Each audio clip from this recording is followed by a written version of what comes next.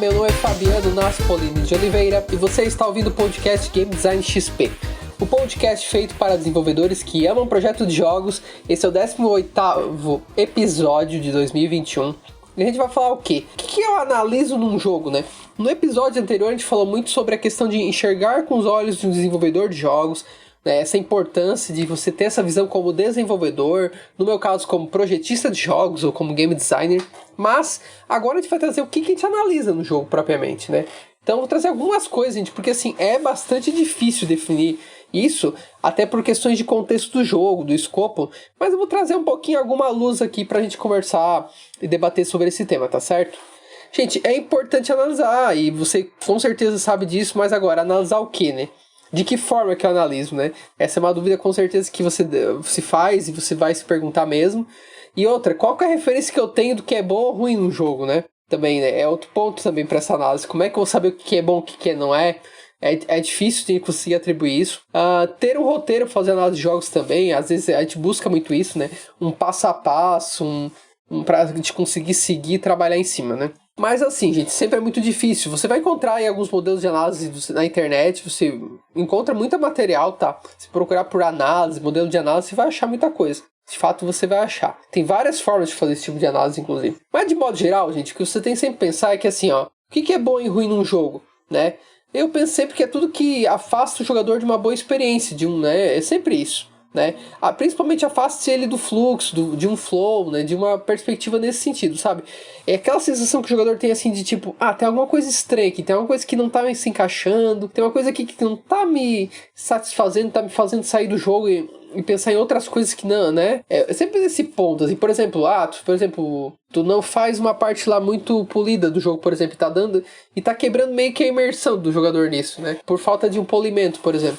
Isso aí já vai, dependendo do nível, pode já prejudicar a experiência, né? A gente sempre tem que se colocar no lugar do jogador e pensar, tá, aquilo tá sendo bom pra ele, aquilo tá sendo ruim, por quê? Isso a gente vai descobrir por teste, né? Principalmente por playtest. Isso a gente vai descobrir também por bons princípios que a gente já tem na prática. Daí a gente consegue já perceber que, na maioria dos casos funciona isso aqui. Principalmente o fluxo mesmo, né? O desafio e a habilidade que tá ali do jogo, implementados para desenvolver essa experiência no jogador, basicamente. Porque isso pode estar tanto aplicado em desde jogos convencionais de entretenimento, até no simulador, né? Que muitas vezes nem é tão divertido assim, mas eles estão te deixando no fluxo também, né? Porque na verdade a teoria do fluxo, gente, ela é usada para diversão, mas na verdade é qualquer atividade que te deixe imersa, né? Eu posso estar lá fazendo um trabalho de faculdade, um TCC da vida, e eu estar dentro do canal de fluxo, né? Que eu perco a noção de tempo, tô tendo um desafio, uma habilidade sendo desenvolvida ali, e eu tô em flow, entende? Não é uma obrigatoriedade de ser uma atividade de entretenimento necessariamente, mas dentro do entretenimento a gente percebe que funciona também, né? A gente mantendo ele no canal de fluxo ali, a gente mantém ele tendo um pique de diversão, daí a gente alia isso ao aprendizado também e consegue fazer bastante coisa legal, né? Mas de modo geral é isso, a gente tem que ver aquilo que vai afastar o jogador da experiência. Tem o autor, que é o Scott Rogers, que ele fala assim que como é que a gente sabe o que é divertido ou não? A gente tira tudo que não é divertido e deixa só o que é divertido, né? Como é que a gente descobre o que não é divertido? É por teste, não tem jeito, né? É testando, é vendo. Pela quantidade de playtest tu vai percebendo aquilo que trazendo desafios, tá trazendo algum sentimento de diversão, de satisfação, de fazer aquela tarefa, de sentir uma recompensa, se sentir recompensado por aquilo, né? Pelo aquele esforço desempenhado, e por coisas que a gente não tá, a gente tá só fazendo, tô fazendo por quê? Por fazer, entende? Por exemplo, até isso é uma coisa que se fala muito, né? Caminhar numa fase por caminhar só. Não tem um desafio, não tem um obstáculo, não tem nada ali. É chato isso, entendeu? Porque não tem nada pra fazer, não tem desafio. Caminhar por caminhar é chato no jogo, entende? Então isso não é legal. Agora, se eu coloco um desafio, um obstáculo, né? Já se torna mais interessante, não é verdade? Quando a gente joga, por exemplo, um golfe, tá? O que torna legal jogar golfe? É o fato de tu ir lá encaçapar uma bolinha? Não, é como diz a Jane do A Realidade em Jogo, né? São os obstáculos desnecessários que tu coloca. Que é o fato de, você tem que dar tantas tacadas, tem que pensar lá no vento, né? Tem que ser com tacada, não pode simplesmente pegar a bolinha e chegar lá e jogar no buraco com a mão, por exemplo, entendeu? Assim no futebol, tem que usar os pés, não pode usar a mão, só a mão quem usa é o goleiro, entendeu? É esses obstáculos desnecessários que tornam a experiência muito mais interessante, entende? Então isso está sendo a favor do jogo. Isso está tornando a experiência muito mais interessante. A partir do momento que eu começo a tirar essa experiência e simplificar, começa a se tornar chato, começa a se tornar entediante, começa a se tornar frustrante, e novamente a gente tem a teoria do fluxo aí, né? Então esse é o ponto principal, sabe? Tudo tem que estar a favor de uma boa experiência para o nosso jogador. Tá, mas Fabiano, eu quero pontos mais específicos, então. Como é que eu posso trabalhar essa análise aí? Bem, então eu vou citar alguns aqui para vocês mais específicos. Por exemplo, o público do jogo. Quem é esse público? Tá adequado para ele esse jogo? A interface, os controles do jogo, a própria narrativa, né? Tá numa linguagem adequada, tá adequada à classificação indicativa, por exemplo. Os desafios propostos, né? São possíveis de realizar, diverte esse tipo de público, né? É do interesse desse tipo de público, esse tipo de desafio. Então são coisas que você vai basicamente pensar. A questão narrativa, por exemplo. Então, a narrativa tá clara, ela te engaja a você desbravar essa narrativa, está dentro do contexto de jogo, justifica, sabe, aquele motivo de, pô, vou jogar aqui pra controlar esse avatar e conseguir saber mais sobre essa história, o que tá acontecendo. Sabe, a narrativa tem um propósito.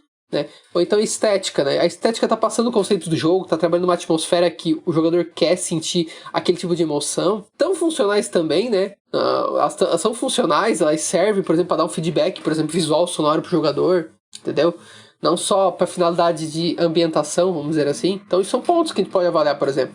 Na mecânica. A mecânica é fácil de aprender? É fácil de entender o uso dado o contexto, que pode variar, né? Dado um contexto, pode mudar o uso da mecânica. Elas estão sendo utilizadas, estão sendo bem aproveitadas, ou não, uso uma vez na vida e na morte. Né? E em conjunto com os desafios propostos, trazem uma progressão de habilidade do jogador, ele tem que, né, usar de maneiras, né, diferentes. Tu aprende de uma maneira gradual isso, né? Tudo isso é uma forma de avaliação que tu pode fazer também.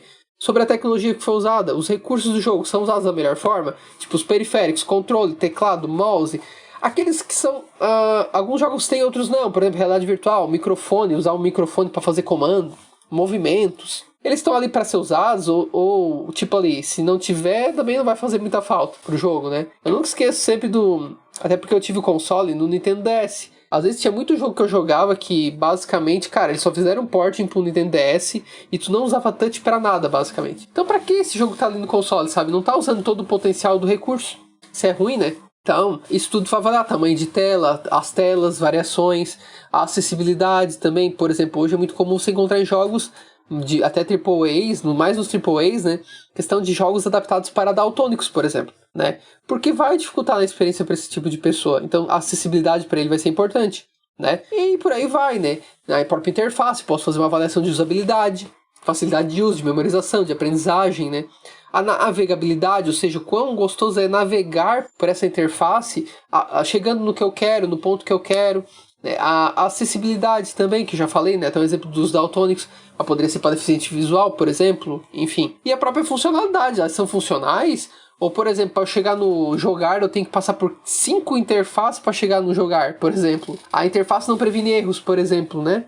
Cai a conexão lá do meu jogo online e aí ferrou, né? Te vira aí, filho, né? Não consegue retomar a partida, entende?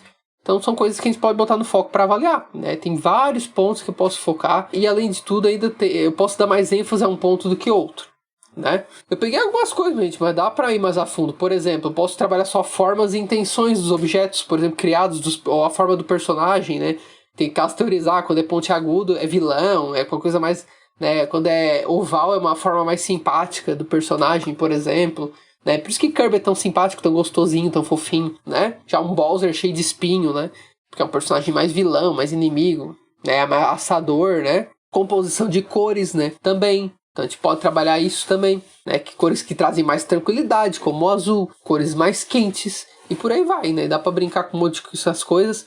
Tipografia, ou seja, a fonte, como é que a fonte passa o conceito da fase. Então pode ver, jogo medieval sempre tem aquela fonte, que passa aquela ideia de Idade Média e tal. Então a fonte, o logo, tudo isso aí a gente pode trazer um pouco de tipografia, né? Jogo que tem essa pegada mais retrô, pixel art, pode ver, ele tem uma fonte bem característica daquela época, né? Faz uma menção a isso. Legibilidade, por aí vai. A questão da semiótica, dos significados, dos símbolos, dos ícones, né? Dos elementos mesmo, né? Não só ícone, né? Porque quando a gente fala ícone, parece só aquele ícone lá do sistema operacional, né? Não, é todo o contexto de jogo, né? Toda a ambientação, todo o significado e o que o jogador está interpretando disso, né? A usabilidade também pode focar só nisso. Estrutura narrativa com base na jornada do herói, pode focar só nesse aspecto. A gente pode focar só em save, por exemplo, a utilidade do save, em que momento você está salvando esse jogo, se está salvando no momento adequado, né? Se está dando pausas pro jogador nesse save a ponto de, por exemplo, eu quero ir no banheiro, quero dar uma descansada, posso ter essa oportunidade no jogo aqui, como está sendo feito isso? Ou eu posso ficar só nas cinemáticas, por exemplo, qual a linguagem que foi usada, que plano e ângulo que foi usado, por que foi usado aquele plano e ângulo, qual foi a intenção de ênfase na cena, de passar uma emoção também do que está acontecendo naquela cena também, porque os planos também indicam isso, né? Também podem servir para isso, um ângulo de câmera, por exemplo, né? Pra mostrar que aquele personagem é mais superior. Eu posso fazer jogo de ângulo de câmera para isso, entendeu? Que momentos que eu estou utilizando isso? Para contribuir com adicional para minha história, ou às vezes estou usando da maneira errada, enfim. Percebe, gente, que se eu quiser dar ênfase em...